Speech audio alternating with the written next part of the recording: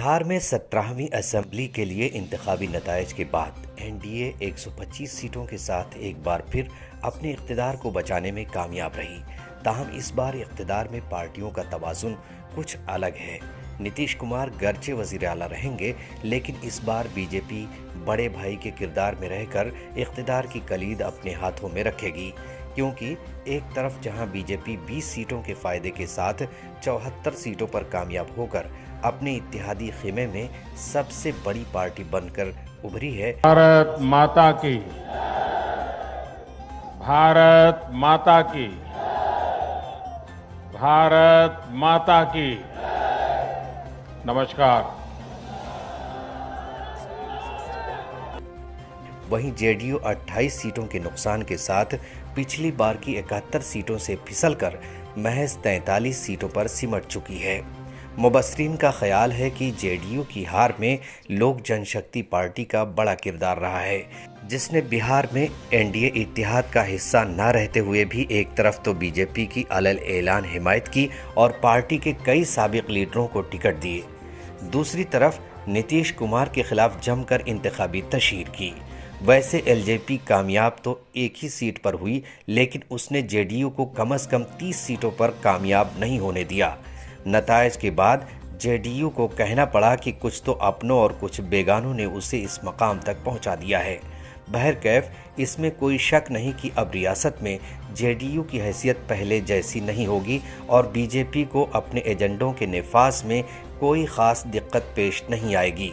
वो नीतीश से वज़ीर आला की कुर्सी तो शायद अभी ना ले, क्योंकि आइंदा साल मगरबी बंगाल, आसाम, तमिलनाडु और केरल में होने वाले इंतखाबात में वो अपने इत्तेहादियों को कोई मनफी पैगाम नहीं देना चाहेगी।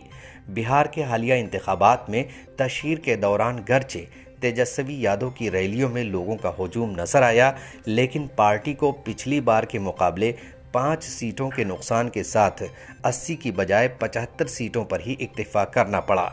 यानी लोगों को 10 लाख नौकरियों और सामाजिक न्याय से आर्थिक न्याय यानी समाजी इंसाफ से इक्तिसादी इंसाफ का रास्ता इख्तियार करने की बात कुछ ज़्यादा पसंद नहीं आई और लोगों ने कोविड वबा में रियासती हुकूमत की नाकामी, गरीबों मजदूरों की बेचारगी और इक्तिसादी महाज पर बिहार सरकार की बेबसी को दरकिनार करते हुए एक बार फिर इक़्तिदार उन्हीं हाथों में सौंप दिया।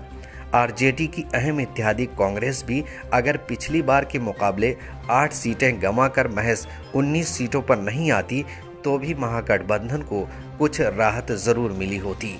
बिहार असेंबली इंतखाबात 2020 में सबसे बड़ी कामयाबी AIMIM को 5 सीटों की शक्ल में मिली और ख़ास बात ये रही कि वो महागठबंधन की हार का सबब भी नहीं बनी।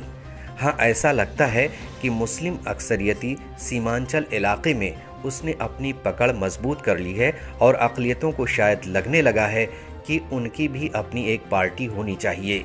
कुल मिलाकर ये बात कही जा सकती है कि बिहार में गर्चे इक़्तिदार का ज़ाफ़रानी रंग मज़ीद गहरा हो रहा है, ताहम अपोजिशन भी किसी हद तक मजबूत रहेगा, जिसका मजबूत रहना किसी भी जमहूरियत के लिए काफ़ी अहम होता है।